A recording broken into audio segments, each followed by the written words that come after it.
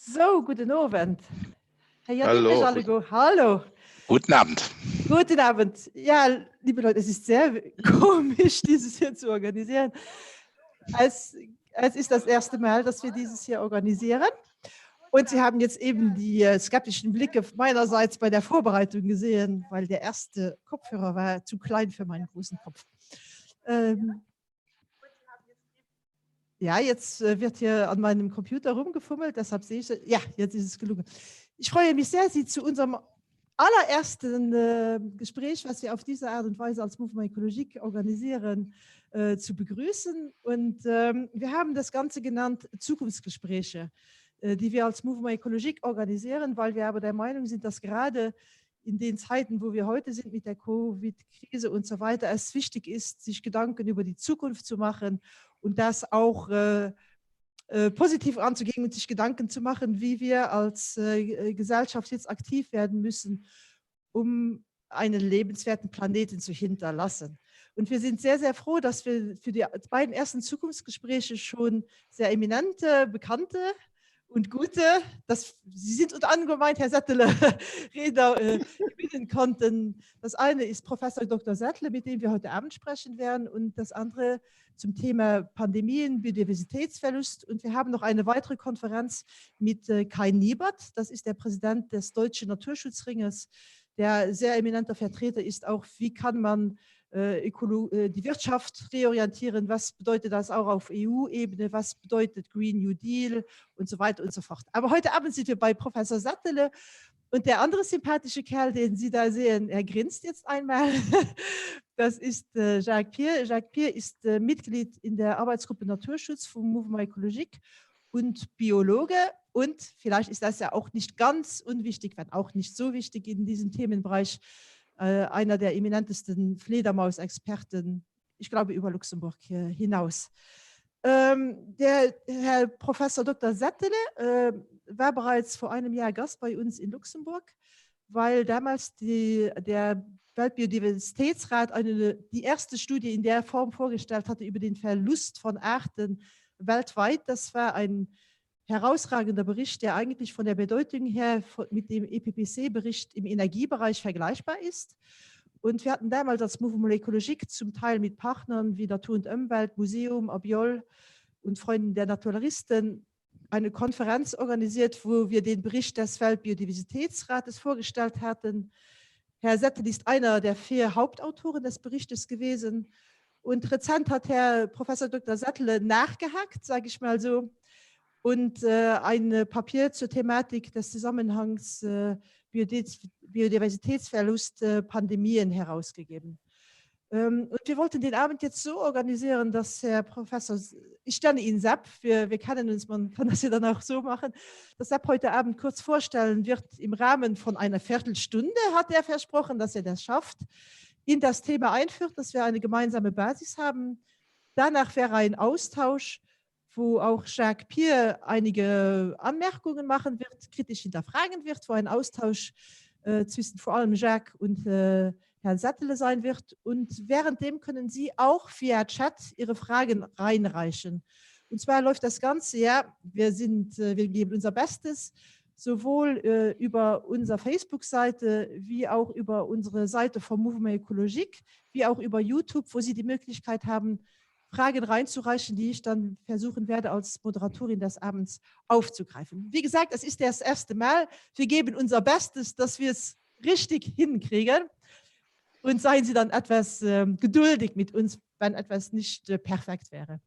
Dann würde ich sagen, dass Sepp beginnen würde mit seinem Input von einer Viertelstunde und dann in die Diskussion eingehen. Oder habe ich was Wichtiges vergessen, Jack oder Sepp? Nein, ich glaube, das ist ein schöner Rundumschlag. Okay, dann legen wir los.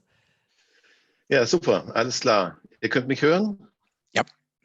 Ja? Ja. Zeitversetzt? Alles okay. Hallo Jacques, hallo Blanche. Schön, euch wiederzusehen. Nach fast einem Jahr, die Zeit verfliegt. Ja, lass uns den Versuch starten. Bin gespannt, wie das wird. Es ehrt mich sehr, dass ich euer erster Gast sein darf bei diesem Experiment. Ich finde Experimente immer sehr spannend. Ich wollte anfangen nochmal ganz kurz mit dem Thema, was wir hatten letztes Jahr, das globale Assessment, weil das der Ausgangspunkt war dessen, was ich dann später auch geschrieben haben im Kontext von Covid-19. So, jetzt muss ich mal sehen, ob das Screen-Sharen funktioniert. Müsste eigentlich klappen. Sekunde. So. Klappt es so? Ja. Also wenn die Welt krank wird und der Mensch mit ihr, war so ein plakativer Titel, den ich woanders verwendet hatte, fand ich gar nicht so schlecht. Und da geht es um globalen Artenverlust, Ursachen, Konsequenzen, Maßnahmen. Konsequenzen, Maßnahmen geht uns sehr stark in Richtung Covid-19. Basis war der globale Bericht, der schon von Blanche erwähnt wurde, also das Global Assessment des Welt-Biodiv-Rates oder des sogenannten Intergovernmental Science Policy Platform for Biodiversity and Ecosystem Services. Die Luft holen, ist ein langes Wort. Und da hatten wir als Team den Stand der Welt sozusagen zusammengefasst. Da sind die wichtigsten 150 Leute drauf, waren insgesamt 500 Menschen beteiligt, plus viele Gutachter. Also wirklich ein Werk der Gemeinschaft, der wissenschaftlichen und auch der nicht wissenschaftlichen Gemeinschaft, inklusive der Vertreter der Politik, weil dieses Assessment ja auch am Ende bei der Summary for Policymakers als Konsensdokument verabschiedet wurde in Paris letzten Mai, also genau ein Jahr her. Nun, was hatten wir da als Hauptergebnisse gehabt? Das sind nur ein paar Headlines. Dass Biosphäre und Atmosphäre, von der die Menschheit als Ganzes abhängt, gravierend beeinflusst wurde. Dass 3/4 der Landoberfläche massiv verändert wurde. 2/3 der Ozeane sind kumulativ beeinflusst. Und über 85% der Feuchtgebiete gingen verloren. Das nur als Einstiegszahlen. Was wir dann hatten, waren Angaben zum Aussterben. Aussterberaten von Artengruppen geht hin bis zu 2,5% bereits jetzt. Extrapoliert auf die Zukunft gehen wir davon aus, dass wir, wenn wir nicht umsteuern, etwa 1 Million von 8 Millionen Arten in den nächsten Jahrzehnten verlieren werden. Wir haben uns beschäftigt mit Ökosystemleistungen und ich habe hier nur ein paar Beispiele. Das erste ist Schaffung von Habitaten, das zweite ist Bestäubung. Generell sind die Leistungen, die wir haben, in den letzten 50 Jahren im Großen und Ganzen zurückgegangen, was man hier sieht auf der Grafik. Insgesamt hatten wir davon 18 analysiert und von diesen 18 haben wir 14 dieser Leistungen einen negativen Trend. Da gehören auch Sachen dazu wie Gesundheits- und Gesundheitsvorsorge übrigens, was spannend wird im Zusammenhang mit Covid dann in ein paar Minuten. In der Presse kam es dann so, dass 3/4 der Landoberfläche beeinflusst sind, 1 Million Arten und dass nur 7% der Fischbestände weltweit nachhaltig bewirtschaftet werden, waren 3 Headlines, die damals die Zeit in ihrem Beitrag hervorgehoben hatte. Und wichtig als Headline: Todesursache Mensch. Und ich denke, bei Covid-19 geht es auch darum, wer ist eigentlich die Art, die das ins Laufen brachte. Ebenso dieselbe, die sogenannte Homo sapiens, wo man sich streiten kann, ob Linnaeus, wer immer das war, mit der Bezeichnung Sapiens so recht hatte. Wir haben uns dann beschäftigt mit den Treibern der Veränderungen der Natur der letzten 50 Jahre. Das waren die direkten Treiber, das ist also Landnutzungsveränderung, danach die Ausbeutung, direkte Ausbeutung, Klimawandel, Verschmutzung, also Pollution und invasive Arten. Das ist im Land und im Süßwasser ähnlich in der Reihenfolge. Im Meeresbereich ein bisschen anders, da ist die Ausbeutung ein bisschen dominanter. Wesentlich dahinter sind aber letztlich dann die indirekten Treiber, die also im Prinzip mit Werten und Verhalten zu tun haben, mit der Demografie, mit der Kultur, mit der Wirtschaft, Technologie, Governance, Konflikte und Epidemien hatten wir da noch stehen als indirekte Treiber der Veränderung. Und es ist auch jetzt interessant, das Ganze in diesem Kontext nochmal anzuschauen. Damals waren Epidemien, also vor einem Jahr oder 2 Jahren, war das einfach nur ein Beispiel, was auch noch eine Rolle spielen könnte, genauso wie die Konflikte. Und jetzt sehen wir, wie wichtig das Ganze schlagartig, ja fast schlagartig geworden ist. Wir hatten dann Szenarien durchgespielt und die Szenarien, die einen transformativen Wandel berücksichtigen, zeigen, dass die Ziele für die nachhaltige Entwicklung bis 2030, die wir uns gesetzt haben, die SDGs, und die 2050-Vision für Biodiv erreicht werden können. Wichtige Elemente davon sind Änderungen bei Produktion und Konsum von Energie und Nahrung. Und auch da kommen wir bei Covid nochmal drauf zu sprechen. Dann geringes bis moderates Bevölkerungswachstum und nature-friendly und sozial faire Klimaanpassung und Mitigation waren 3 Headlines. Aber speziell bei der Produktion von Nahrung, Konsum von Nahrung, werde ich nachher nochmal zurückkommen auf diesen Punkt. Was haben wir unter transformativen Wandel definiert? Die grundlegende systemweite Reorganisation über technologische, wirtschaftliche und soziale Faktoren hinweg, einschließlich Paradigmen, Zielen und Werten, die ja das Wesentliche eigentlich antreiben. Also diese indirekten Treiber, die ganz essentiell sind. Was haben wir für ein Ziel als Gesellschaft? Ist es das GDP, also das Bruttoinlandsprodukt, oder ist es Wellbeing oder was auch immer? Das sind dann 4 Stichpunktfamilien, sage ich mal, auf die es dann ankommt. Letztlich die Governance, das heißt die Regierungsführung sollte, das klingt jetzt sehr nach einigen Buzzwords, integrativ, inklusiv, informiert, adaptiv, multilateral, sektorenübergreifend und präventiv sein. Klingt platt, aber wenn man sich genau überlegt, all diese Geschichten sind im Großen und Ganzen noch nicht so realisiert, dass man meint, wir müssen da nichts mehr machen. Wichtig auch bei den Anreizen, es geht um Investitionen in nachhaltige, verantwortungsvolle Innovationen. Wie gesagt, das ist formuliert vor der Pandemie. Und vor allen Dingen geht es darum, was wir nach der Pandemie machen mit den entsprechenden Investitionen. Es geht um Abbau von Subventionen in nicht nachhaltiges Wirtschaften. Da ist zum Teil auch die Agrarsubvention der EU mit dabei. Und es geht um die Berücksichtigung von Kosten und Folgen auch in entfernter Regionen, also die Telecoupling-Aspekte. Das Narrativ, wesentlich natürlich, die Vision eines guten Lebens, das die Verantwortung gegenüber der Natur und dem Gemeinwohl fördert. Und Bestandteile, eine globale, nachhaltige Wirtschaft, die über die üblichen Leistungsindikatoren, sprich GDP zum Beispiel, hinausgeht und ganzheitliche, langfristige Sichtweisen auf Wirtschaft und Lebensqualität hat. Was ich bisher erzählte, sind alles Statements aus diesem Summary for Policymakers, das ja von den 130 Delegationen, die in IPBES, also im Weltbiodiversitätsrat, versammelt sind, im Konsens verabschiedet worden ist. Also kein Hirngespinst von mir oder von ein paar abgefahrenen, verrückten Menschen, sondern es sind Ergebnisse langer Verhandlungen, langer Arbeiten im Austausch mit ganz verschiedenen Fachexpertisen, Ökonomen, Sozialwissenschaftler, Soziologen und eben auch Naturwissenschaftler in Kombination mit Regierungsdelegationen, die damals in Paris vertreten waren. Nun hatten wir, als es um die Pandemie ging, vor einiger Zeit die Sachen uns angeguckt, die in unserem Assessment drin waren. Es gibt ein Kapitel auch dazu, so 2 Seiten von 1600, aber immerhin ist es vorhanden und ist auch im Prinzip ganz gut abgehandelt. Das hatten wir als Basis genommen für ein Statement von IPBES, das heißt nicht genau von IPBES, sondern als ein Gastbeitrag für IPBES, da es ja kein Mandat dafür gibt, sowas zu machen, da wir ja nicht dafür jetzt irgendwie nominiert wurden. Also hatten wir zu dritt die Co-Chairs von Global Assessment und Peter Daschak, der sehr viel mit Epidemien und mit Viren arbeitet, mit Wildlife, ein Statement verfasst, das Ende April dann online ging, in 7 oder 8 Sprachen. Und das fasse ich mal kurz zusammen, was wir dort zusammengestellt hatten.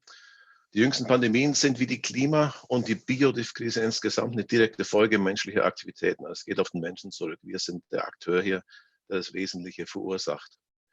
Dann wichtig, über 70% aller neu auftretenden Krankheiten, von denen Menschen betroffen sind, haben ihren Ursprung in wilden oder domestizierten Tieren. Und Pandemien können entstehen, wenn immer mehr Menschen in direkten Kontakt mit Tieren kommen, die diese Krankheitserreger in sich tragen. Also diese häufige, sozusagen das häufige Zusammentreffen ist ein wichtiger Punkt. Der Mensch schafft also perfekte Bedingungen dafür, dass die Erreger von Tieren auf Menschen übergreifen, was wir als Perfect Storm bezeichnet hatten. Dazu gehören Faktoren wie die ungebremste Abholzung, gerade neuerdings Brasilien wieder sehr aktuell, was der Umweltminister sagte, ich glaube, heute war es gewesen, wir können jetzt ja fröhlich holzen, weil alle sich auf das Virus konzentrieren, war, glaube ich, vorhin Nachrichten gewesen, vor einer halben Stunde. O-Ton aus der Regierungssitzung, nur so am Rande, fand ich sehr spannend, vorsichtig formuliert. Dann die unkontrollierte Ausdehnung der Landwirtschaft, vor allen Dingen aber auch die intensive Landnutzung, insbesondere die Tierhaltung ist da wesentlich.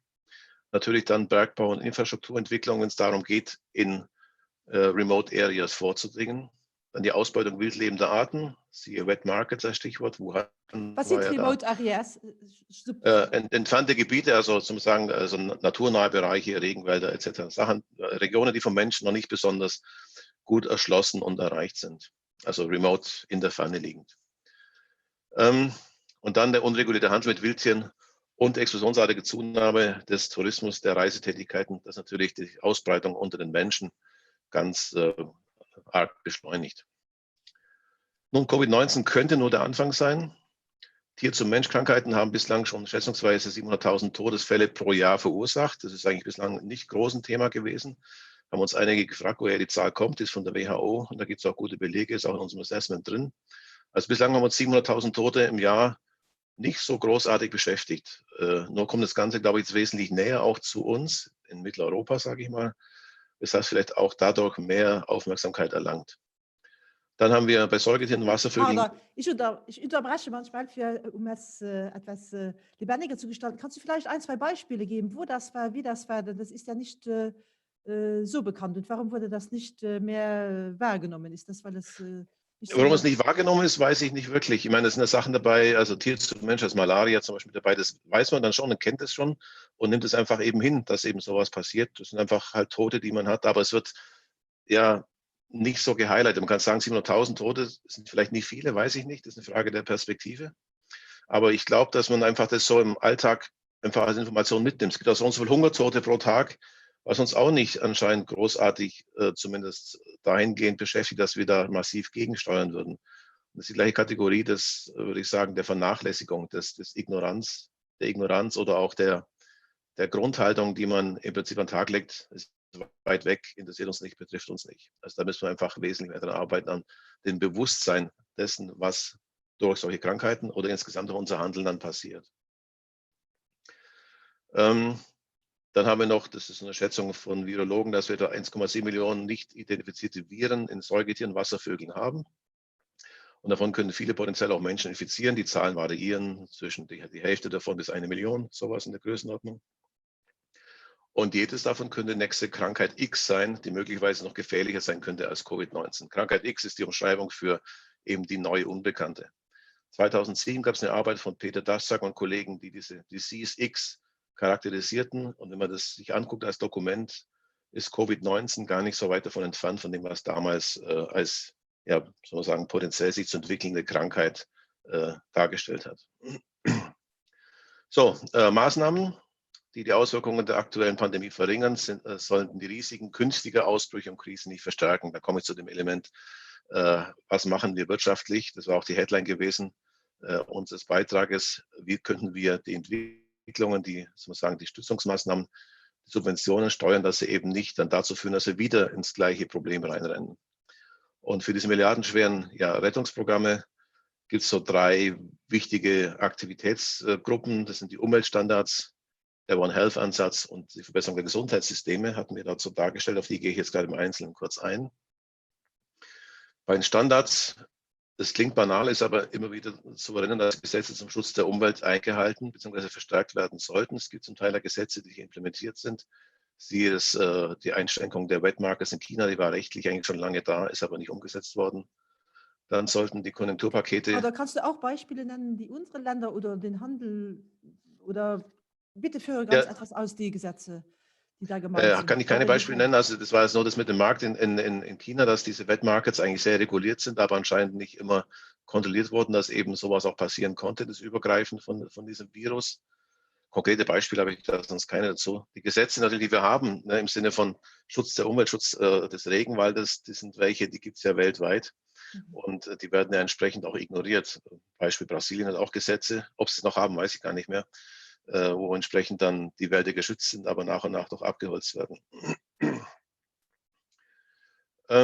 Dann die Pakete, ne, sollten eben nachhaltiges, naturfreundliches Wirtschaften bieten. Also im Prinzip die Nachhaltigkeitskomponente in allen Teilelementen sollte mit dabei sein. Also das einfaches Beispiel in Deutschland, wenn wir dieses Thema haben, Straßenverkehr, Förderung der Autos, was ich per se fraglich finde. Wenn man das auch meint, machen zu müssen, kann man zumindest in Richtung von Fahrzeugen subventionieren, die weniger Ausstoß haben zum Beispiel, wenn man das meint, machen zu müssen. Ich würde es generell nicht machen, aber das ist meine persönliche Meinung.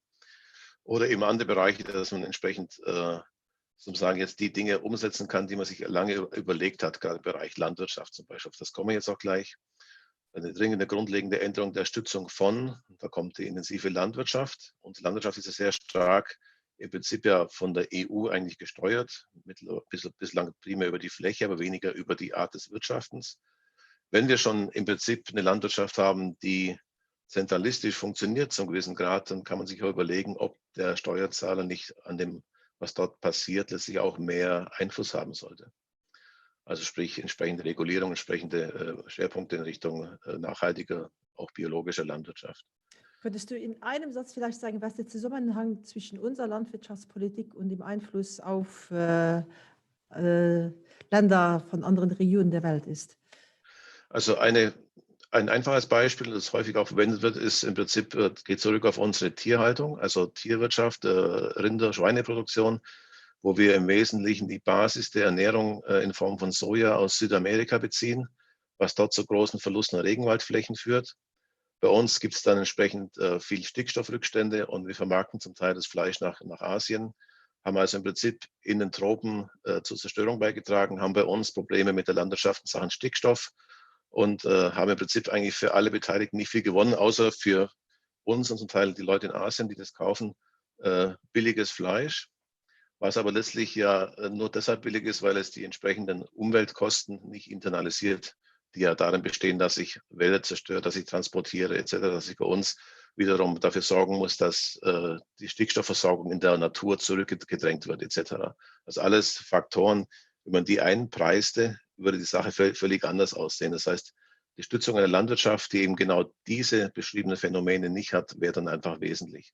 Will heißen, eine regionale Landwirtschaft zum Beispiel, eine Landwirtschaft, die weniger auf große Fleischmassen setzt, eher auf Fleischqualität und damit die Möglichkeit hat, die Flächen zu schonen und wiederum dann zum Beispiel organisch anbauen kann, auch wenn der Ertrag vielleicht geringer ist, aber die Fläche wäre dann wieder da. Weil so oft heißt, dass organischer Landbau, biologischer Landbau weniger Ertrag hat. Das ist also eine Frage der Sichtweise, also der Quantitäten, was ich wirklich haben will. Weniger Ertrag kann ich mir leisten, wenn ich mehr Fläche habe. Und mehr Fläche habe ich dann, wenn ich Dinge anbaue, die eben nicht so viel Fläche brauchen. Und da ist eben die Fleischproduktion ein ganz wichtiger Faktor. Das war jetzt der kurze Exkurs zur Landwirtschaft. Natürlich ist lokal bei uns betrachtet, insgesamt ist natürlich auch Landwirtschaft dann, wenn sie vordringt in Bereiche, die naturnah sind, auch an der vordersten Front, wenn es darum geht, dass Pandemien entstehen können. Also wenn ich durch Zerstörung von originären Systemen dann es dazu kommt, dass gewisse Organismen sich groß verbreiten können, Generalisten sich ausbreiten, eine große Biomasse erzeugen können von der gleichen Art, was den Viren die Übertragung, die Vermehrung erleichtern würde, auch die Möglichkeit, sich dann anzupassen, zu verändern, steigern würde. Wenn ich also solche Bedingungen habe und zudem viele Menschen in direktem Kontakt, dann habe ich dort so eine Art Basis für die Ausbreitung und Entstehung einer Epidemie und später vielleicht auch einer Pandemie. Ferner Flugverkehr ist klar, da geht es im Prinzip darum, wie schnell wir was auf der Welt verbreiten. Das ist, stellen wir jetzt ja fest, dass durch die Covid-19-Pandemie, dass es doch nicht immer unbedingt so viel an Reisen, glaube ich, braucht für Dinge, die wir vorher für unersetzlich hielten. Also ich denke jetzt auch an uns selber im Bereich Wissenschaft. Es gibt viele Möglichkeiten, sich auch immer noch produktiv und gut auszutauschen. Nicht alles ist ersetzbar, aber vieles ist machbar im Sinne von Meetings, wie wir sie jetzt gerade haben im Moment. Statt nach Luxemburg zu fahren, sitze ich jetzt halt in Halle an der Saale. Wenngleich Luxemburg sicher viel schöner ist, aber das ist ein anderer Aspekt. Okay, also das sind Dinge, die halt damit zusammenkommen, wo wir lernen, dass wir Möglichkeiten haben, die wir vor uns nicht vorstellen konnten. Natürlich gibt es, Interaktion mit Menschen, da muss ich von Mensch zu Mensch agieren. Wenn ich was verhandle, gerade diese internationalen Verhandlungen für irgendwelche Gesetze, die nur am Rechner zu machen, das ist einfach eine Ebene zu unpersönlich, weil vieles findet dann ja statt im persönlichen Austausch. Aber es gibt eben viele Reisetätigkeiten, die man sich, glaube ich, auch sparen kann, auf die man auch verzichten kann, wie wir jetzt merken. Wenn es rein zu einer Vortragsreise geht, also ich lehne die Einladung, wenn ich nach China eingeladen werde für eine Stunde Vortrag, ist schon zweimal passiert in diesem Jahr, im letzten Jahr, mache ich dann nicht natürlich für eine Stunde die ganze Reise hin und zurück und alles, das ist einfach nicht besonders sinnvoll. Da kann man auch einen Remote-Vortrag halten. Da geht es noch um die Änderung der Stützung von fossilen Brennstoffen abhängigen Energiesektoren, sprich es geht um die Energiewende in Richtung Wind, Sonne etc. Und wenn wir das eben nicht machen, subventionieren wir letztlich auch die Entstehung künstlicher Pardon, kannst du auch ganz kurz ausführen, was dann der Zusammenhang ist, inwiefern unser Energiehunger einen Einfluss hat? Ja, auch wie an einem Beispiel illustrieren. Ich glaube, dass das dann etwas griffiger wird. Ja, also fossile Brennstoffe werden dann nicht nur bei uns abgebaut, sondern auch in entfernten Gegenden, wo dann entsprechende naturnahe Systeme darunter leiden oder verloren gehen. So, es kann sowohl Torfabbau sein in einigen Regionen, genauso wie Kohle und die ganze, soll man sagen, die Open Pit Minings, die offenen Minen, die im Prinzip auch wiederum dazu beitragen, dass entsprechend die Flächen verloren gehen oder eben sich Pandemien breit machen können, weil eben in den Wald oder in die naturnahen Bereiche vorgedrungen wird. Das heißt, sie braucht dort auch Fläche, die nicht unbedingt bei uns vor der Haustür liegt, sondern irgendwo anders, wo wir dann eben Material importieren. Also und der Sektor hat auch mit der Nutzung, mit dem Verbrauch von Land viel zu tun. Okay, dann eben wenn wir das eben nicht beachten, subventionieren wir letztlich die Entstehung künftiger Pandemien, weil, glaube ich, aus den Beispielen jetzt auch klar geworden, dass alles Elemente sind, die dazukommen. Dann gibt es diesen von den Gesundheitsleuten vor allen Dingen favorisierten One Health-Ansatz, ist mehr ein Konstrukt, eine Idee, die letztlich berücksichtigen will, dass die Gesundheit der Menschen auf komplexe Art und Weise mit der Gesundheit von Tieren, Pflanzen und der gemeinsamen Umwelt letztlich verbunden ist. Das heißt, gesunde Umgebung, gesunde Pflanzen, gesunde Tiere wären in der Summe eine Vorstellung, wo wir letztlich auch mit uns besser klarkommen mit unserer Gesundheit. Also One Health als holistischen Ansatz betrachtet ist ein bisschen theoretisch, aber ist in vielen Bereichen, auch in der Medizin, durchaus ein Bereich oder ein Ansatz, der dort sehr viel Zuspruch hat. Da geht es natürlich auch darum, wie gehen wir um mit den Gesundheitssystemen. Oft ist ja so, dass der Preis für Krankheitsausbrüche häufig dann letztlich also öffentlich bezahlt wird. Die lokale Bevölkerung muss bezahlen, während die Gewinne bei vielen Sachen, bei Krankheitsausbrüchen wie auch sonst, oft privatisiert werden. Das heißt also im Prinzip, wenn ich Maßnahmen ergreife, die Gewinne abwerfen, werden die eben privat genutzt. Wenn ich Maßnahmen habe, die Risiken haben und das Risiko sich materialisiert, wird es öffentlich finanziert. Also nehmen wir die Beispiele, was ich jetzt kenne aus dem Regenwald. Wenn ich in Südamerika oder auch in Asien Konzessionen habe, wo eben der Ertrag in Form von geschlagenen Bäumen privatwirtschaftlich, soll man sagen, umgesetzt wird, aber das Risiko, dass ich dadurch entsprechende Folgen habe, im Sinne von Erosion, im Sinne von Verlust von Arten, im Sinne von Verlust von Lebensraum, dann ist das eine Sache, die die Öffentlichkeit normalerweise bezahlen muss. Das heißt, dort müssten wir letztlich auch Richtung Internalisierung der Kosten kommen. Das heißt, wer die Gewinne abschöpft bei privatwirtschaftlichen Unterfangen, muss auch die Risiken tragen können. Und das ist sicher noch viel Luft nach oben, auch in dem Bereich.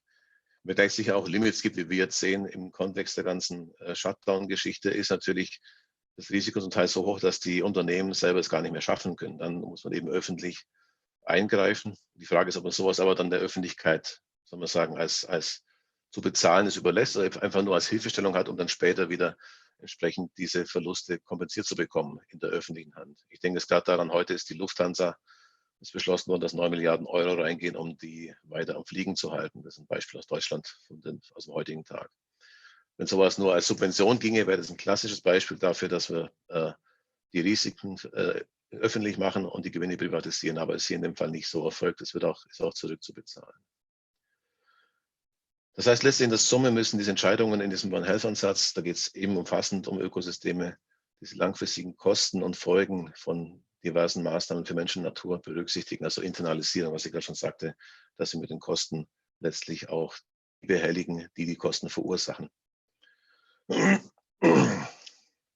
Es ist in den Zwischenfragen ein bisschen länger als eine Viertelstunde, aber ich bin trotzdem gleich durch.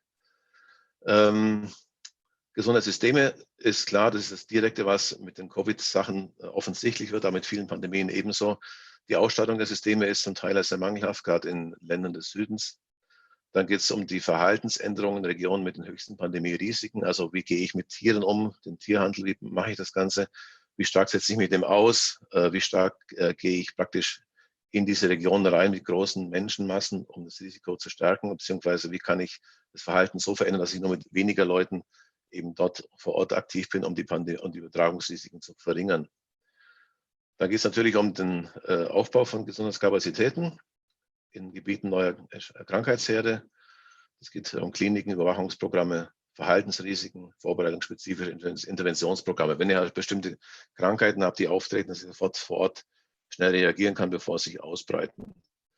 Und natürlich geht es um generell Alternativen zu risikoreichen wirtschaftlichen Aktivitäten, also wie der Bergbau zum Beispiel, dass wir eben andere Einkommensmöglichkeiten schaffen. Das ist sehr abstrakt wieder formuliert, aber eben zum Beispiel lokale Produkte haben und nicht groß international gehandelte, um das Risiko zu verringern.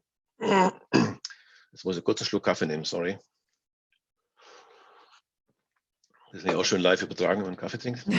Du hast etwas geschlürft. Ja, und jetzt kommt noch die letzte Folie noch. Das ist eigentlich die Zusammenfassung aus diesem globalen Assessment. Da wir aber im Prinzip dort diese Pandemie-Geschichten eigentlich als Teil mit drin haben und die Empfehlungen allgemeiner Art letztlich auch dafür relevant sind, würde ich es mal kurz wiederholen. Also ist klar, dass wir von funktionierenden, robusten Ökosystemen abhängig sind, die wir weite Strecken modifizieren, verändern oder gar zerstören. Wie gesagt, der Text vom letzten Jahr. Und im Kontext der Pandemien ist genau das, auf was es ankommt, die Modifikation, Veränderung und Zerstörung von Systemen, die damit die Übertragungsrisiken steigert. Dann sind die Trends beunruhigend, das ist klar gewesen aus unserem Assessment letztes Jahr. Aber die Ziele lassen sich durch transformativen Wandel erreichen. Transformativ habe ich kurz geschildert, das sind sehr grundsätzliche, fundamentale Veränderungen, die unser alltägliches Leben auch betreffen, auch die Art und Weise, wie Politik betrieben wird. Und auch das passt sehr gut wieder, wenn es darum geht, in Sachen Covid-19 und Pandemien zu agieren. Wir haben also die Herausforderung des Klimawandels, die Verschlechterung der Natur und die Erreichung einer guten Lebensqualität für alle, die sind miteinander natürlich eng verbunden, genauso die Thematik der Pandemien. Und sie müssen und können synergistisch angegangen werden. Wir können keine Einzellösung fahren und gegeneinander die Sachen ausspielen, das geht nicht. Es gibt viele erfolgreiche Beispiele auf der kleinen Skala, lokale Märkte etc. Und einige Herausforderungen lassen sich aber nicht im kleinen Maßstab lösen. Nicht im Kleinen geht zum Beispiel Pandemien, geht es um globale Phänomene. Da geht es nicht im kleinen Maßstab. Genauso geht es bei Dingen wie zum Beispiel die ganze Frage mit den, was ich in Luxemburg erzählte letztes Mal mit den Steuerparadiesen, was sehr stark auch mit Finanzströmen zu tun hat, mit der ganzen Art und Weise, wie Wirtschaft betrieben wird. Das kann man auch nicht auf der lokalen Skala lösen, man muss auf der großen Skala arbeiten.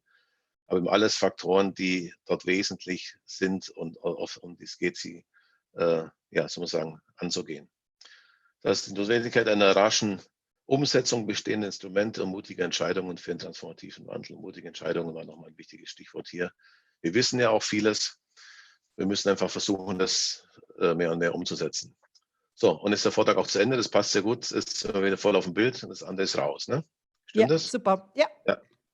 Super. Sehr herzlichen Dank. Es kommen auch schon erste Fragen rein. Jacques, ich glaube, die erste Frage war auch in deinem Sinne, du kannst sie fortführen, konkretisieren. Bei uns hat der Bericht des Weltbiodiversitätsrats etwas ausgelöst. Eigentlich ist die Analyse, die jetzt gemacht wird, in abgeänderter Form die gleiche. Wir brauchen einen ominösen Systemwandel. Hat sich was verändert aufgrund des letzten Berichtes und wie zuversichtlich bist du? Und Jacques, möchtest du das konkretisieren, die Frage, oder? Ja, nee, das ist ganz klar auch die Hauptfrage. Hat man etwas bewegt? Also es ist immer schwer zu sagen, weil ich bin ja etwas gebiased, sage ich mal, ne? Weil ich ja im Prinzip, ich kriege auch vieles mit, was passiert. Und primär tut sich erstmal was im Politikbereich, das ist aber immer noch der Bereich der Worte, ne? Sage ich mal vorsichtig. Die Taten sind noch immer Sache, auf die wir warten. Das ist auch nicht so überraschend, weil das Ganze ja ein bisschen zäh funktioniert, der ganze Prozess. Und ich merke schon, allein die Worte sind nicht ganz einfach. Also ein Beispiel aus der deutschen Politik, aus dem deutschen Setting. Jetzt gerade konkret mit den Covid-Sachen, ich hatte eine Anhörung in der Bundespressekonferenz, das war am 2. April, also letzten Monat gewesen. Und danach gab es ein internes Dokument des Umweltministeriums für den Umweltausschuss, was durch die Landwirtschaftsministerien also das Ministerium gut bewertet wurde. Und da wurden alle Elemente, wo es darum ging, dass Natur und der Umgang mit Natur eine wichtige Rolle spielen könnte, wurde als Spekulation rausgestrichen. Dieses Dokument wurde geleakt. Sonst hätten wir das gar nicht gewusst. Dann kam dann groß in die Presse, war dann das total spannend, das mitzukriegen. Weil einfach alle Dinge, die wir auch gut belegen konnten, einfach als Spekulation galten, weil es denen nicht in den Kram gepasst hat. Also wurde das Ganze dann runtergebremst. Aber interessanterweise ist dann Angela Merkel, der Frau Schulze, was ja nicht immer der Fall ist, zur Seite gesprungen und hat diesen Zusammenhang mit der Natur und der Artenvielfalt in den Petersberger Gesprächen, wo es ums Klima ging, nochmal explizit hervorgehoben, gegen die eigene Landwirtschaftsministerin für die Umweltministerin, die ja andere Parteizugehörigkeit eigentlich hat. Also es war von daher sozusagen, Frau Merkel scheint dann doch zu merken, wenn es wirklich wichtig wird. Aber das zeigt auch, dass wir selbst bei uns, und da kann man sagen, das ist die Governance-Komponente, dass wir da nicht so weit sind, dass selbst da die Kooperation so klappen würde, dass Dinge, die jetzt nicht reine Spekulation sind, eigentlich sehr gut belegt sind, auch in Dokumenten stehen dürfen, wo es dann letztlich um Ausschüsse geht, die dann Entscheidungen fällen. Das ist ein Beispiel, wo ich es eher kritisch sehe. Also es gibt, soll man sagen, Bewegungen in die Richtung, es gibt aber die Anti-Bewegung. Das ist das Gleiche, was wir jetzt haben, wenn es um die neue Strategie EU geht, Biodiversitätsstrategie, die ist eigentlich, finde ich, überraschend gut geworden, was ich bislang so gelesen hatte. Könntest du vielleicht ein, zwei Sätze für die Zuhörer sagen, was das ist, die EU-Biodiversitätsstrategie? Also ja, und es gibt da in diesem großen Green Deal, im Kontext von der EU gibt es ja verschiedene Elemente. Und jetzt wurde gerade fertiggestellt die sogenannte Biodiversitätsstrategie, wo es darum geht, zum Beispiel, wie viele Flächen stelle ich unter Schutz, wo mache ich entsprechende eingeschränkte Landnutzung etc. Und da sind, glaube ich, 10% war es die Zahl, die sie unter Schutz stellen wollen insgesamt, also totalen Schutz. Und 30% sollten in irgendeiner Form extensiver genutzt werden. Also ich habe es nicht genau im Kopf, aber das ist es sind diese Zahlen. Also ich kann das bestätigen. 30% Schutzgebiete und 10% absolute Schutzgebiete, die dann für die Biodiversität bis 2030 vorhanden sollen.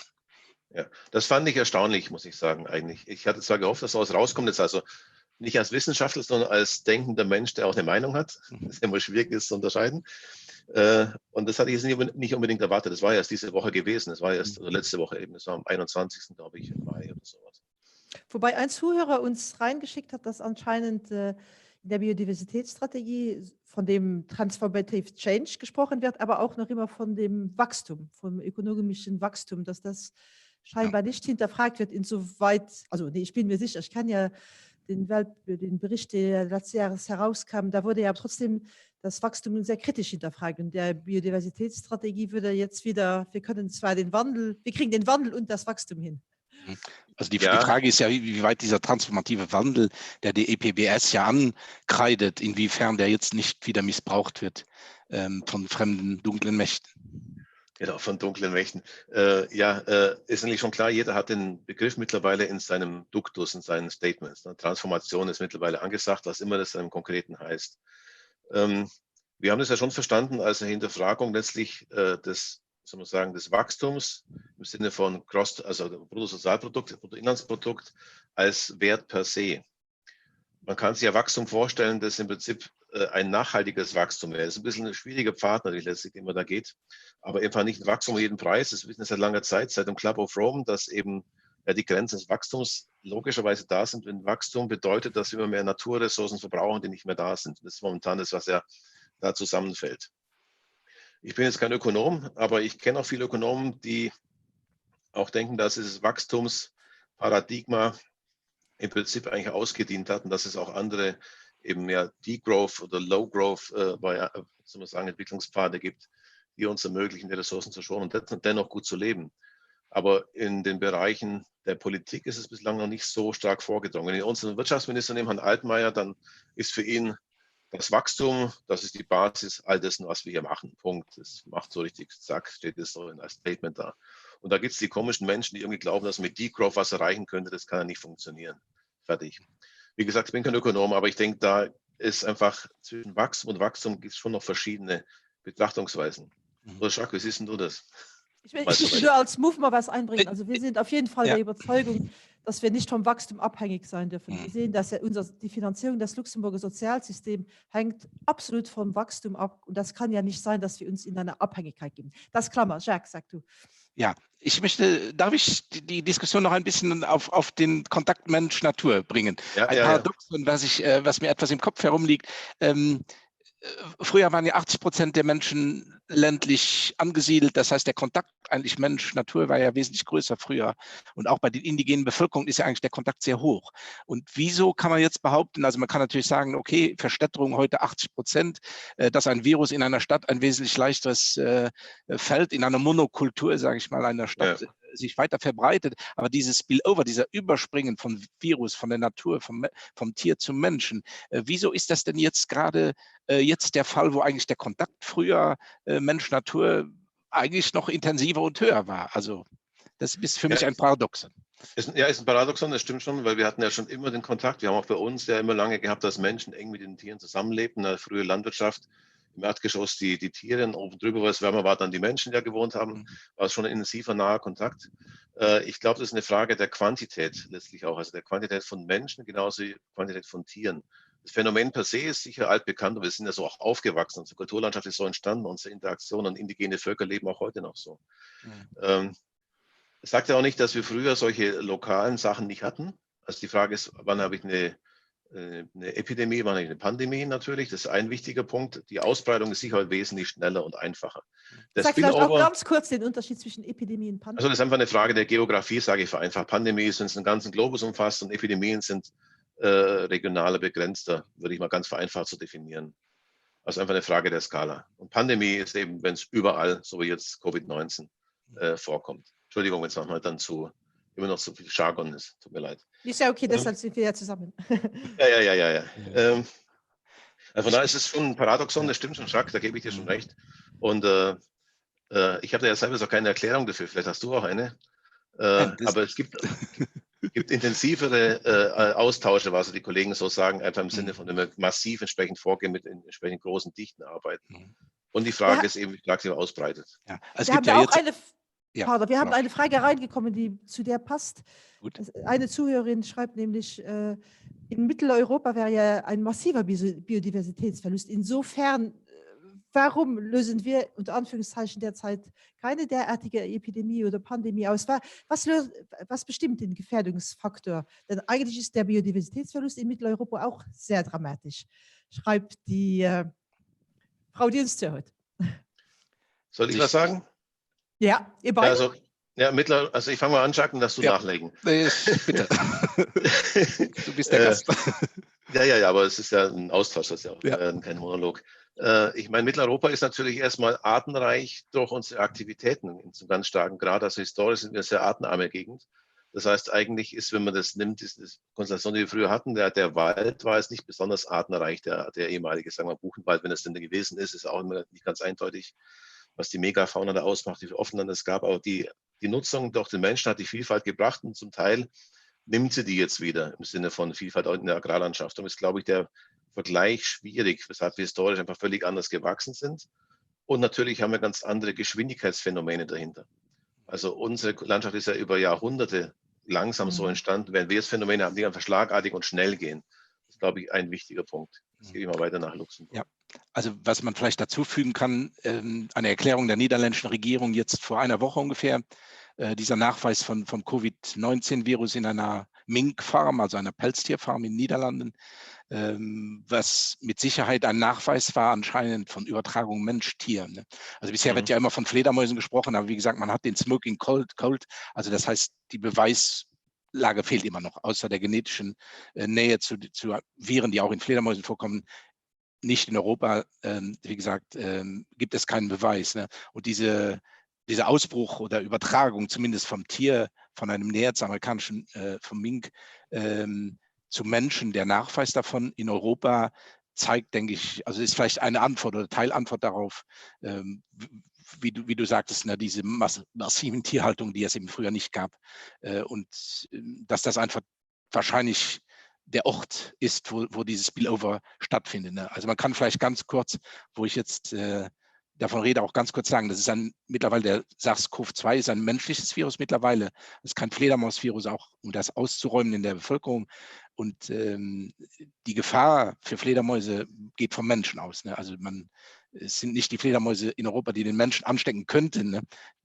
Der Mensch könnte die Fledermäuse anstecken. Ne? Also das möchte ich einmal auch klarstellen, wie gesagt, falls immer so dieser Fledermausvirus ist. Also bin ich mir ein bisschen schuldig, dass ich den Rücken stärke und nicht zur freien Jagd freigebe. Könntest du vielleicht ganz kurz noch mal sagen, was steht in der holländischen Analyse? Was ist da geschehen? Also in der holländischen Analyse ist ganz klar, dass bei 3 Pelztierfarmen im Süden von Niederlanden, also die Niederlande sind dabei, eine Exit-Strategie von der Massenpelztierhaltung zu finden bis 2024. Und es sind bei 3 Pelzfarmen in den Tieren der SARS-CoV-2 nachgewiesen worden und genetisch ganz klar, dass der Virus übergesprungen ist vom Mink auf den Menschen. Das heißt, sind Mitarbeiter krank gewesen und man kann genetisch nachvollziehen, dass es nicht umgekehrt war. Es sind nicht die Mitarbeiter, die die Tiere angesteckt haben, sondern die Tiere haben den Menschen angesteckt. Und hier sind wahrscheinlich, soweit man jetzt ist, sind Hauskatzen, also streunende Hauskatzen, die den Virus zwischen den Pelztierfarmen hin und her gebracht haben. Also über mehrere Kilometer Distanz. Also um auch einmal zu sehen, dass Europa nicht frei ist vom Übersprung von Mensch-Tier, sondern dass es von Tier-Mensch, Entschuldigung, sondern dass durchaus auch in unseren Gegenden, wenn die Bedingungen von Massentierhaltung und so weiter gegeben sind, durchaus der Fall sein kann. Das haben wir ja auch häufig bei entsprechenden anderen Krankheiten, wenn es um Nutztiere geht, ne? Schweinegrippe etc., was dann gerade Wildschweine aus Osteuropa im Prinzip dann die Schweinegrippe nicht Richtung unserer deutschen Ostgrenze treiben, das ja das Thema ist momentan nicht mehr ganz so akut, was nicht mehr auf der Agenda ist, aber es ist nach wie vor natürlich akut als Thema. Aber es ist der gleiche Komplex letztlich, wo es auch um die Tierhaltung letztlich auch geht. Aber Jacques, eine Frage noch, also es würde immer, also ich glaube, ich habe eine Antwort, aber ich müsste gerne von einem Experten wissen in dem Fall. Dann lass uns doch die Fledermäuse einfach alle beseitigen. Das ist so ein naiver, kleiner, einfacher Vorschlag. Was sagst du dazu in wenigen Worten? Einfach totschlagen. Ja, einerseits Fledermäuse sind über Naturschutz natürlich geschützt. Andererseits, wie gesagt, in Europa tragen Fledermäuse auch Viren in sich, die jedoch bisher für den Menschen nicht gefährlich sind oder wurden. Natürlich ist das Leben lebensgefährlich und der Kontakt mit Wildtieren ist immer gefährlich. Also ich habe es ein bisschen verglichen. Also Fledermäuse unter seinem Dach zu beherbergen, ist jetzt nicht gefährlicher, als wenn man jetzt zum Beispiel eine Hauskatze hält oder im Garten Holz umstapelt und ein Pumula-Virus, welcher über eine Maus übertragen wird. Also es gibt, wie gesagt, viele Möglichkeiten, sich zu infizieren. Das kann bei Gartenarbeit sein oder, wie gesagt, wenn man Salat aus dem eigenen Garten isst, Toxoplasmose und so weiter. Also es ist einfach gefährlich. Das Leben ist lebensgefährlich. Ne? Ja. Man muss einfach Hygienemaßnahmen einhalten. Wie gesagt, von den Fledermäusen geht keine Gefahr aus. Die Gefahr geht, wie Sie ganz richtig geschrieben haben, von den Menschen aus. Der Mensch ist die Gefahr zurzeit, zumindest in Europa. Und wie gesagt, man muss ja auch die ökosystemische Nutzung sehen. Ganz klar, dass Fledermäuse natürlich vom Ökosystem her, Insektenbekämpfung und so weiter, in einem funktionierenden Ökosystem, Nahrungsnetz funktionieren. Und das herauszuziehen ist das bekannte Beispiel von dem Kartenhaus, wo wir dann einzelne Karten herausziehen und wir nicht wissen, wann das irgendwann dann zusammenbricht. Wobei es vermutlich gar nicht gelingen würde, die Fledermäuse komplett auszurotten. Das kommt noch hinzu. Es gibt aber Menschen, die versuchen es oder schreiben es zumindest in verschiedenen Leserbriefen. Ich habe noch eine Frage jetzt, etwas kritisch auch. Also man kann natürlich jetzt hingehen und sagen, okay, in den Niederlanden, denke ich, wird dann die Exit-Strategie zur Pelztierhaltung schneller vorangehen, aber trotzdem, auch in Luxemburg laufen viele Menschen mit diesen herrlichen Pelzbommeln an oder Pelzkragen an ihren Mänteln rum. Also das heißt, die dann aus China kommen und wo dann wahrscheinlich der Ursprung des Virus herkommt. Aber wenn man jetzt auch wieder hingeht und, wie wir es gerne tun, ein Verbot von Handel mit Wildtieren und dem sogenannten Bushmeat, also dieses gewilderte Wildfleisch, treffen wir doch wieder die arme Bevölkerung vor Ort. Ne? Also die eigentlich davon angewiesen sind, die davon leben und wir, wo wir jetzt merken, was diese Pandemie uns antut, wir eigentlich dann wieder über Gesetze oder internationale Abkommen versuchen werden, dort Einfluss zu nehmen. Also stimme ich voll zu. Die Frage kriege ich auch oft und wir haben ja sehr viel auch gearbeitet mit lokaler Bevölkerung, auch im globalen Assessment. Es gibt da viele Märkte, die sind einfach essentiell für das Überleben der lokalen Bevölkerung. Und darum darf es gar nicht gehen. Es geht eher um die, wo wir einfach weltweiten Handel, also diese bekannten Geschichten mit Pangolins, die ja überall plötzlich auftauchen, extrem selten sind, aber anscheinend doch viel gehandelt werden. Aber auch da, wo sie natürlich gar nicht vorkommen, das ist eine ganz andere Art von Handel, um die geht es eigentlich letztlich. Aber die Kunst besteht darin, eben nicht alle über einen Kamm zu scheren. Das macht das natürlich schwierig. Ne? Klar, wir würden sagen, verbietet den Wildtierhandel, die Sache ist erledigt. Das ist schick gemacht, wir sind fein raus, aber das funktioniert natürlich nicht. Das heißt, es gibt einfach die Frage, inwiefern ich diesen Wildtierhandel vernünftig regulieren kann. Es gibt immer Grauzonen dazu. Aber auf jeden Fall der lokale Handel, wenn man den jetzt damit abschaffen würde, würde man ganz vielen lokalen Bevölkerungen die Grundlage ihres ganz normalen Lebens entziehen. Und das muss man eben auch garantiert vermeiden. Und das auch, wenn ich gefragt werde, die Frage kommt sehr häufig, wo die Statements, die wir machen, ist sehr allgemein gehalten. Wenn man die differenziert, dann kommt man eigentlich zu ganz anderen Aussagen.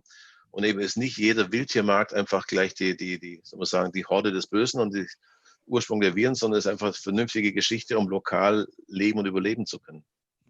Aber gibt es da, ich wollte da auch, also wir sind ja Mitglied bei Friends of the Earth International und wir kriegen derzeit recht viele Mails von befreundeten Organisationen aus diversen Ländern, Afrika und so weiter. Und da ist, das ist schon aber sehr bedrückend, muss ich sagen, wenn da Mails kommen, wo gesagt wird, zuerst von uns das Land für den Anbau unserer Produkte genommen, weil wir Palmöl hergestellt haben oder Soja für eure Tiere.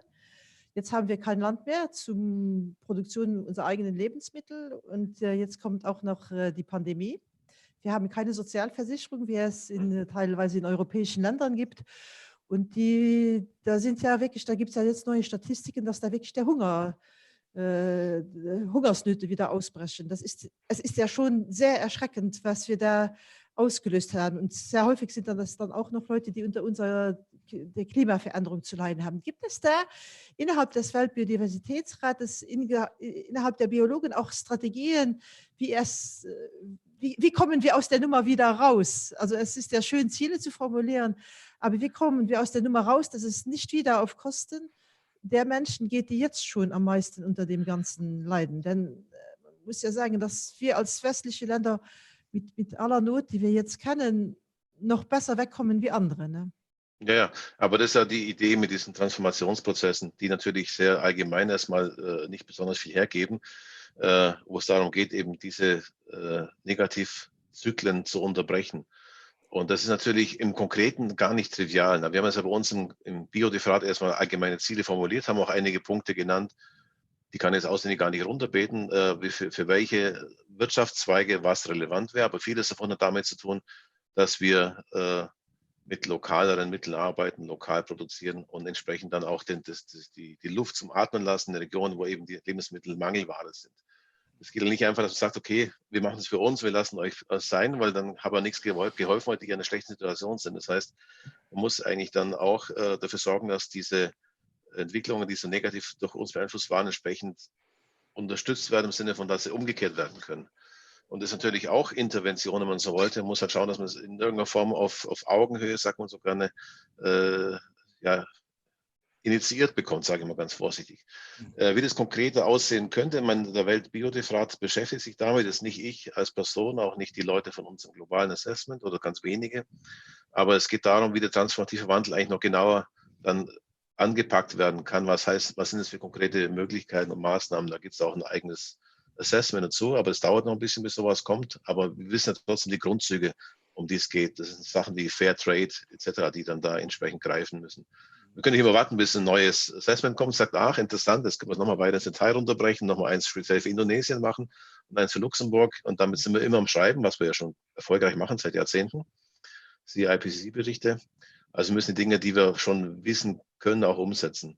Und das letztlich ist die Frage der internationalen Handelsströme, Handelspolitik, ja, die Geschichten. Also es gibt zum Teil auch Initiativen, ich weiß, unser Entwicklungshilfe oder ja, Entwicklungshilfeminister, wie heißt er nochmal? Schmidt, glaube ich, aus Deutschland, der ist ein bisschen allein in seiner Regierung, ist ein CSU-Mensch, also aus Bayern kommt der, aus meiner Heimat übrigens. Und der hat einen ganz anderen Blick auf die Dinge, weil er viel von der Welt sieht, aber er kann sich bei seinen Kollegen aus dem Wirtschaftsbereich, tut er sich schwer, sage ich mal. Er gilt nicht als Spinnert, aber er gilt zumindest als ein bisschen Abweichler, aber der hat einen ganz guten Einblick, versucht Sachen auch zu beheben. Ist aber im Vorgehen noch nicht ganz so fundamental drauf. Das heißt, Transformation ist für ihn jetzt nicht so das Ding, sondern aber einfach, wir müssen helfen, damit es denen besser geht. Was aber nicht immer noch so perfekte Lösungen sind. Aber wahrscheinlich brauchen wir beides. Wir brauchen ja, muss man sagen, kleine Schritte, aber wir brauchen auch die große Politik. Also eigentlich beides im Sinne auch, wie wir agieren können, bottom-up als Einzelne, genauso wie, dass Regierungen von oben handeln müssen, um entsprechend die Rahmenbedingungen zu schaffen. Die schaffen es aber nur, wenn wir wissen, dass viele Menschen sie damit unterstützen und das haben wollen. Ich hätte noch eine Frage jetzt zurück nach den sogenannten entwickelten Ländern, nach Luxemburg. Also Luxemburg ist ausgerechnet von ungefähr, der konventionelle Landwirtschaft hat ungefähr 12.000 Hektar Soja in Amazonien stehen. Das heißt, unsere Landwirtschaft, hochsubventionierte Landwirtschaft funktioniert so.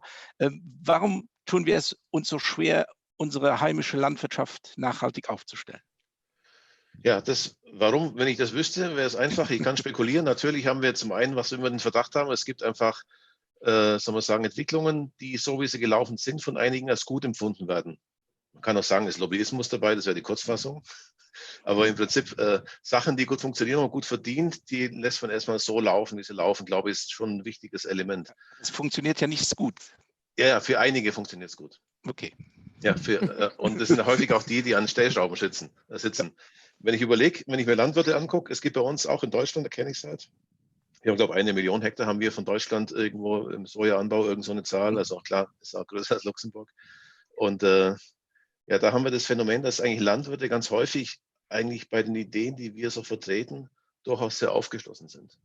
Und eigentlich die Minderheit derer ist, die die großen Flächen haben natürlich, die eher massiv in so eine Beibehaltung der alten Vorgehensweise, muss man sagen, sie versuchen zu behaupten, als die ganze Lobbyarbeit, die da existiert. Wenn ich überlege, wie jetzt in Bayern letztes Jahr das gelaufen war mit dem Volksbegehren, das war schon in einem Setting, das sehr konservativ ist eigentlich. Welches Volksbegehren? Volksbegehren rettet die Artenvielfalt, es hieß eigentlich rettet die Biene, weil die Biene kam besser im Marketing rüber, aber um die Honigbiene geht es eigentlich kaum. Es geht um die Artenvielfalt, auch bei diesem Ansatz, den die Bayern hatten. Und der war mit unterstützt von vielen Organisationen, unter anderem auch die Arbeitsgemeinschaft Bäuerliche Landwirtschaft, die mehr kleinbäuerlich aktiv ist und sehr viele Anhänger auch hat. Und die wurde auch unterstützt von sehr vielen wertkonservativen Menschen, die aber sehr viel Bezug zur Natur, zum Teil auch zur Religion haben. Also ein Link mit Landschaft, eine Heimat, sowas in der Richtung. Also es ist eine Kombination, die, glaube ich, Hoffnung macht. Es ist verbunden mit Religion, mit Historie, mit eigener Geschichte und mit dem, was man als lebenswerte Landschaft empfindet und auch lebenswerte Produkte, die man haben möchte. Und da sind ja mehr Leute dann zur Abstimmung gegangen, als die CSU jemals Stimmen hatte bei Wahlen in Bayern, die sich für das Volksbegehren eingesetzt haben in absoluten Zahlen. Und die mussten sich aktiv anstellen, gab es keine Briefwahl oder sowas. Und das hat dazu geführt, dass zumindest der Herr Söder, das ist sich in Luxemburg auch bekannt, zumindest einen Anstrich in Grün gewechselt hat. Vielleicht hat er sogar ein bisschen was verinnerlicht davon. Er ist ja mittlerweile der Gender-Mensch und der Mensch für die Bienen und für die nachhaltige Landnutzung und für die Covid-Vorsichtsmaßnahmen. Also er macht es ganz geschickt. Vielleicht glaubt er sogar ein bisschen dran, was ich hoffe.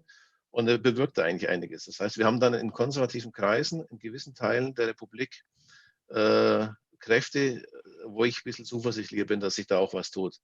Also es ist nicht klassisch links, rechts, das haut gar nicht mehr hin, sondern einfach konservativ im Sinne von wertkonservativ, schöpfungsbewahrend, wenn man religiös ist. Ansonsten sagen wir einfach funktionale Ökosysteme erhaltend, weil wir davon leben. Der Meinung bin ich, aber die Formulierung ist mir eigentlich egal.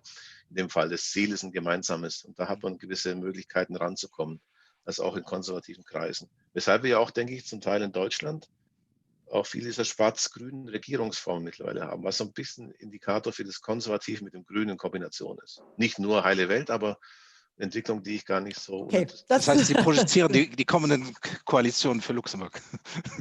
Das war jetzt keine Aussage vom Mouvement Ecologique, sondern von unseren Referenten. Ja. Nein, eine Frage, die ich mir auch noch stelle jetzt, was sind denn jetzt konkrete Empfehlungen an die Politik, auch bei uns? Also klar, es gibt diese übergeordneten Ziele, Transformation der Gesellschaftsformen und so weiter, aber jetzt es ist ja für den Einzelnen auch nicht anpackbar. Ne? Also das ist ja wieder so ein Thema, wo man sagt, ja, was kann ich tun?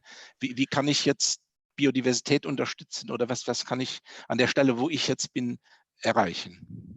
Ja, das sind die Fragen, die man sich immer stellt und die natürlich immer ähnliche Antworten hervorbringen. Zum einen kann ich natürlich im Kleinen selber bei mir arbeiten. Das ist zum Teil Symptomatik, zum Teil aber auch ganz wirksam. Also ich kann meinen Garten entsprechend gestalten, irgend sowas machen. Ich kann mich natürlich auch regional engagieren oder lokal engagieren für entsprechende Produkte, die ich erwerbe oder auch die Nachbarn begeistern dafür.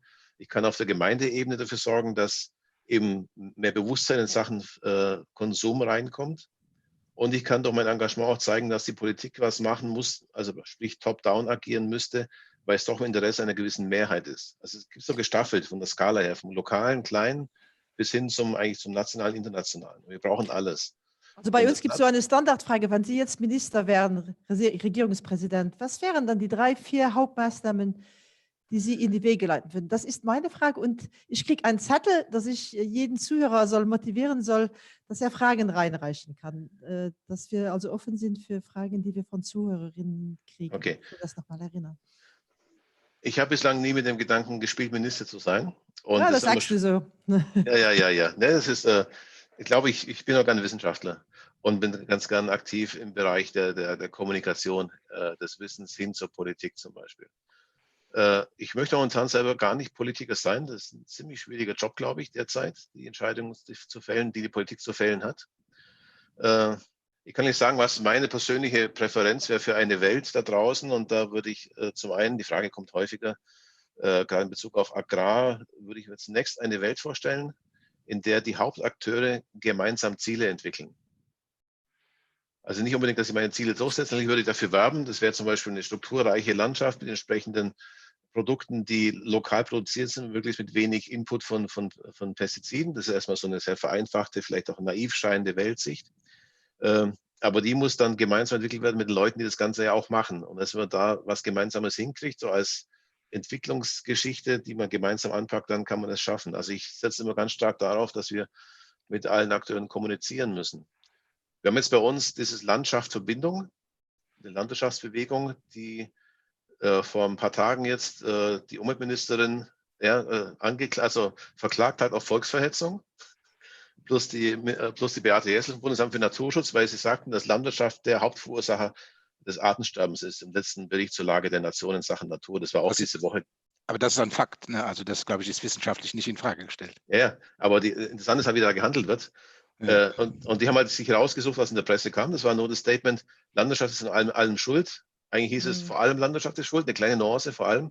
Und dann haben die jetzt aber einfach in Frage gestellt, dass die Datenbasis, die durch Ehrenamtler erhoben wurde, so nicht gut sein kann. Das ist das klassische Argument, dass eigentlich da, wo wir alle unser Wissen herbeziehen, das hat keine Qualität. Also ein klassisches Eigentor, würde ich sagen. Also das ist, und so kann es halt nicht gehen. Man muss mit den Leuten dann einfach sich auseinandersetzen und sagen, okay, die Sachlage ist eine ganz andere. Aber da habe ich auf der Gegenseite erstmal eine Bewegung, die ganz massiv jetzt eigentlich angetrieben ist von diesem Imageverlust, den die Landwirtschaft hat, und sie fühlen sich einfach beleidigt. Ne? Und da muss man irgendwie dann arbeiten, dass es einfach sich verbessert. Eine klare Frage, wie viel Zeit bleibt uns noch? Also nicht für das Seminar heute Abend, sondern der Mensch. Also, ich wollte sagen, das muss Blanche bearbeiten, sagen, welche Minuten wir noch haben. Das ist an ihr. Es war eher die Frage, also wenn man die Entscheidungen sieht und die Diskussionen und die Schwerfälligkeiten und dieser Lobbyismus an dem Bestehenden festzuhalten, an diesen 12.000 Hektar Soja. Wie viel Zeit bleibt uns, um eine Kurve hinzulegen, um Biodiversität in einem halbwegs überlebensfähigen Maßstab zu erhalten? Die Frage kann wahrscheinlich niemand wirklich ernsthaft gut beantworten.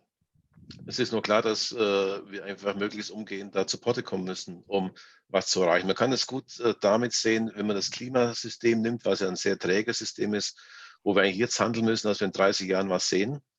Wenn wir es nicht machen, dann haben wir eine Situation, Covid im Kubik, sage ich mal, und können nicht mal schnell irgendwas runterschatten oder da Shutdown machen, sondern haben wir die ganze Geschichte dann am Laufen.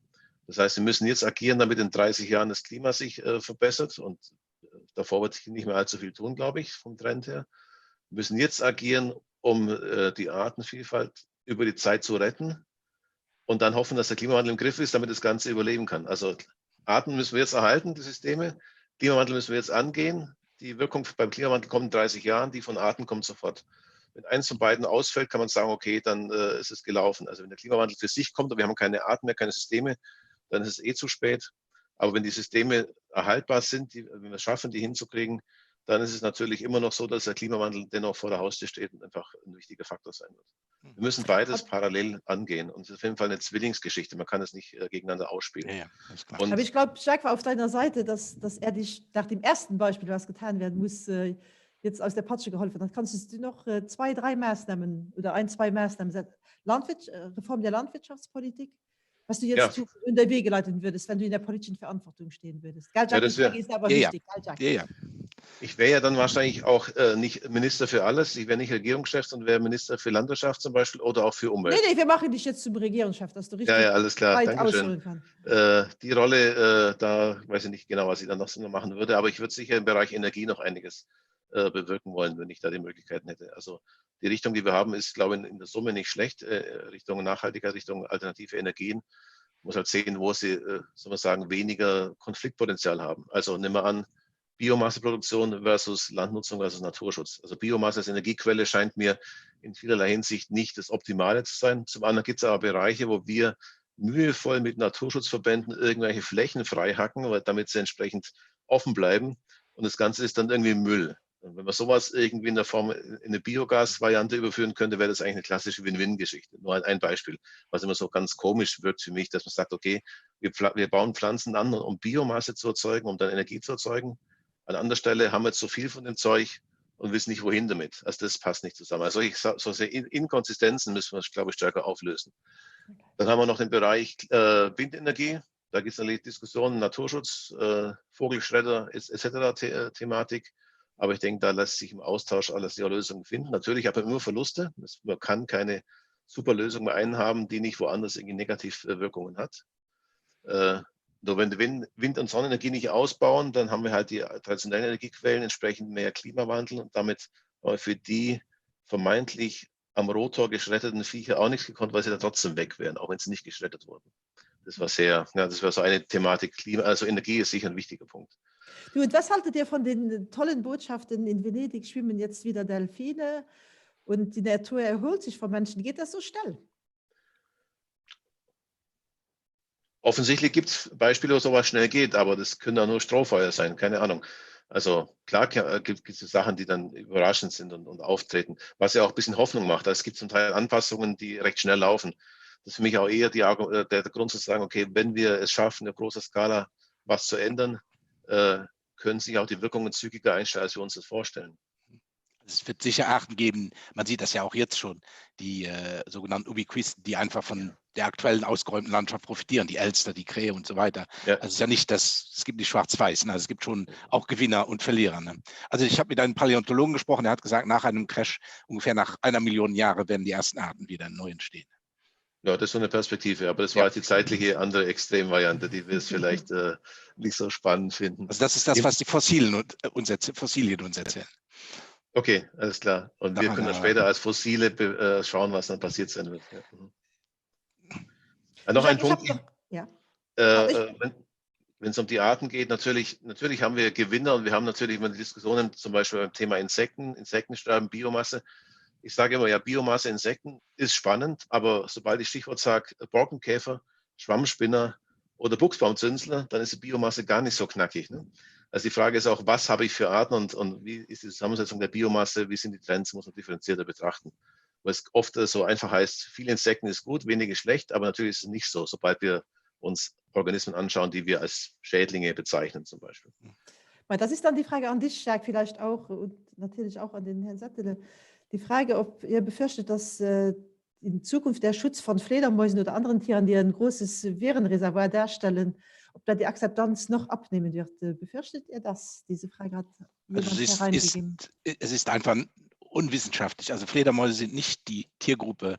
Also es gibt ungefähr 1200 verschiedene oder 1300 verschiedene Fledermausarten weltweit. Es ist nicht die Tiergruppe, welche die meisten Viren beinhaltet. Ne? Das muss man als erstes sagen. Ne? Die am meisten Viren, die für den Menschen gefährlich sind, sind die Paarhufer. Ne? Das heißt, wir müssen alles, was Paarhufer sind, von Kamel, Dromedar, Pferd und so weiter, Rind, müssen wir abschlachten. Dann zweitens die zweithöchste Ordnung, welche Viren schleudern sind, um dann mal das zu sagen, sind die Nagetiere, also alles, was Rattenmäuse muss getötet werden. Und dann kommen wir langsam erst an die Fledermäuse. Ne? Das heißt, Fledermäuse stehen nicht in erster Linie. Und das Zweite muss man sagen, wenn ich dann Hauskatzen sehe oder Hunde, denke ich, dass wir die zuerst alle töten müssten, ehe wir an die Fledermäuse gehen, weil das Risiko hier doch sehr groß ist. Natürlich impfen wir einige Sachen weg, aber trotzdem ist die Übertragung von Krankheit bei einem Haustier immer am höchsten, weil der Kontakt Mensch-Tier einfach am höchsten ist, als jetzt eine Fledermaus, die irgendwo auf einem Speicher einer Kirche hängt. Also die Leute, die Jacques nicht kennen, er sagt das etwas provokant. Ich meine das total ernst. Nee, hör doch auf. Nein, man muss das einfach wirklich, wie ich gesagt habe, wirklich vergleichen und sagen, das Risiko von einer Fledermaus, was von einer Fledermaus ausgeht, ist geringer, als wenn man in den Garten geht, Salat pflückt, einen Holzstapel umsetzt oder ein Haustier besitzt. Ne? Und das ist reell. Ne? Das ist, glaube ich, wissenschaftlich vertretbar. Diese Formulation, damit kann jeder leben. Okay. Gut, ich weiß um Blanches Hauskatze. Okay, das ist also ganz neutrales Statement. Ein Punkt natürlich auch noch, sind die Fledermäuse auch eine artenreiche Gruppe, dass es auch mehr entsprechende Viren gibt, ist ja auch nicht so überraschend letztlich. Ne? Wenn ich Gruppen habe mit vielen Arten, habe ich halt mehr Vielfalt. Das ist einfach eine einfache Korrelationsfeststellung. Aber die Rattenmäuse sind ja noch stärker, da haben wir noch mehr Arten und noch mehr Viren. Ja. Also ich breche noch eine kleine Lanze, was ja interessant ist, Fledermäuse sterben nicht an diesem Virus. Ne? Das heißt, Fledermäuse sind sehr alt, es gibt sie ungefähr 56 Millionen Jahre. Und die Frage ist ja, warum tut dieses Virus der Fledermaus nichts? Und deswegen denke ich, dass Fledermaus auch, wir wollen ja nicht nützlich und nicht nützlich denken, aber dass wir diese Mechanismen untersuchen. Warum sind Fledermäuse resistent gegen dieses Virus? Das heißt, dass man einfach diese Mechanismen auch auf der Zellebene studiert, diese Rezeptoren, diese speziellen Rezeptoren für dieses SARS-CoV-2. Und ich denke, dass Fledermäuse da eher uns helfen, diese Mechanismen zu verstehen oder Resistenzen oder Impfstoffe aufzubauen, als jetzt zu sagen, wir schlagen drauf. Da wollte ich auch dich fragen, gibt es eine Interaktion zwischen den Virologen und den Biologen, also jetzt über die Analyse, wie man kurzfristig Covid bekämpft, hinaus, um zu sagen, wir gehen jetzt gemeinsame Wege, um derartigen Pandemien entgegenzuwirken? Gibt es da Austausche, gibt es gemeinsame Abstimmungen? Also es gibt einige Leute aus der Virologen-Community, die zugleich so Conservation Genetics-mäßig viel machen und gerade auch mit Viren viel arbeiten und mit anderen Krankheiten, auch mit Bakterien. Da habe ich jetzt ein paar Kollegen kennengelernt, die da durchaus ganz gut unterwegs sind, also als Forschungsgebiet, also praktisch per se schon diesen Link bearbeiten. Zum Teil Leute von der Charité gibt es da, die da tätig sind. Also ich war mit der Sandra Junglen in der Bundespressekonferenz Anfang April gewesen, kannte ich vorher nicht, die ist bei dem Drosten in der Arbeitsgruppe oder in dem Team, der bekannt ist durch seine Statements in der deutschen Presse. der aber eigentlich einen ganz anderen Hintergrund hat, der sehr stark sich mit solchen Themen beschäftigt, aber wenn er dazu was erzählt, wird es meistens gar nicht gesendet. Ne? Es ist interessant, was rausgeschnitten wird. Und da gibt es ja schon mehr Gruppen, die da tätig sind in diesem Zwischenbereich Biologie, Ökologie, Virologie. Ich bin ja nur zufällig dazu vorgestoßen, eigentlich ist ja nicht mein Hintergrund ursprünglich, ich bin ja nur der Verkünder der globalen Assessments-Ergebnisse und bin dazu vorgestoßen, weil wir vor 10 Jahren mal ein Szenario gemacht hatten, das eine Pandemie war, als Gedankenspiel, was zu ganz großen Teil genau das ist, was jetzt passiert war, interessanterweise. Wir haben vor 10 Jahren publiziert, eine Pandemie, haben Bilder gemacht, Menschen mit Masken und alles sagten, ihr verrückt mit euren abgefahrenen Ideen. Jetzt zeige ich denen die publizierte Arbeit dazu mit dem Foto und sage, ja, okay, vor 10 Jahren waren wir halt so fantasielos, dass wir sowas gemacht haben, was es leider zutraf. Und so kam ich in dieses Metier rein. Und ich stelle fest, erstens, die Virologen sind total gut im gegenseitigen Austausch. Auch sehr, sehr offen, auch was Daten betrifft. Also war generell für mich hochinteressant. Also viel weniger revierförstermäßig, als viele der Ökologen das sind, zumindest die ich so kenne. Da gibt es einige, die so ihre... Das war jetzt kein Statement gegen die Revierförster, ne? Nein, eher nicht. Die sind ja okay, das sind ja klare Regeln. Bei den anderen ist es ja mehr so heckenschützenmäßig. Also Revierförster ist okay. Aber die anderen Revierförster in unserem Metier zum Teil sind halt mehr so, soll man sagen, so Data Miner, also so Datenbeschützer. Das ist bei den Virologen nicht so. Die sind intensiv im Austausch. Das fand ich sehr interessant. Also auch also mein Eindruck zumindest, ich kenne nicht viele, aber ich habe jetzt vielleicht doch 10, 12 kennengelernt im Laufe dieser Aktion der letzten 8 Wochen. Und das hat mich sehr beeindruckt.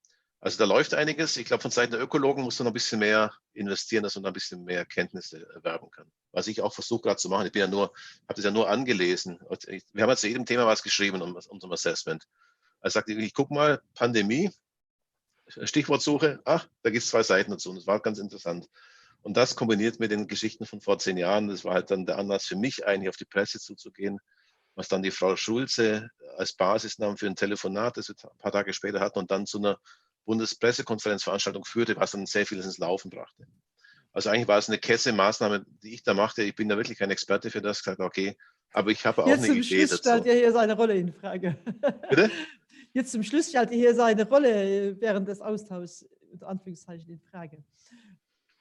Ich wollte, Jacques und Sepp, wir haben schon etwas überzogen, es ist 20 vor, ob euch noch was beiden unter den Fingern brennt, sei es ein Statement oder eine Frage, Jacques.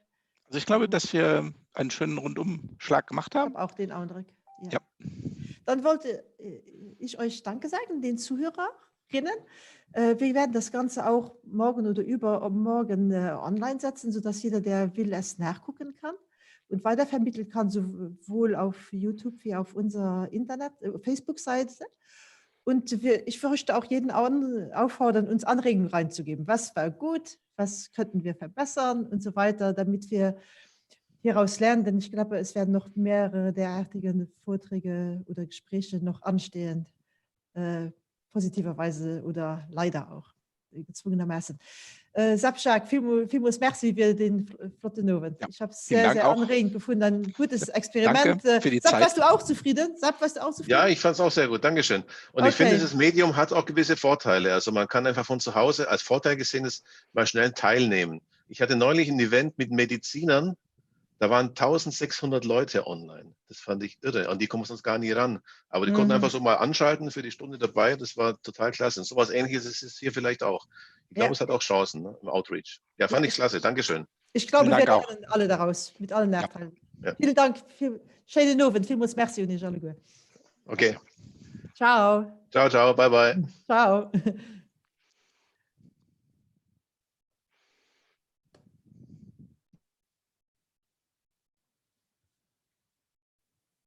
Tschakka.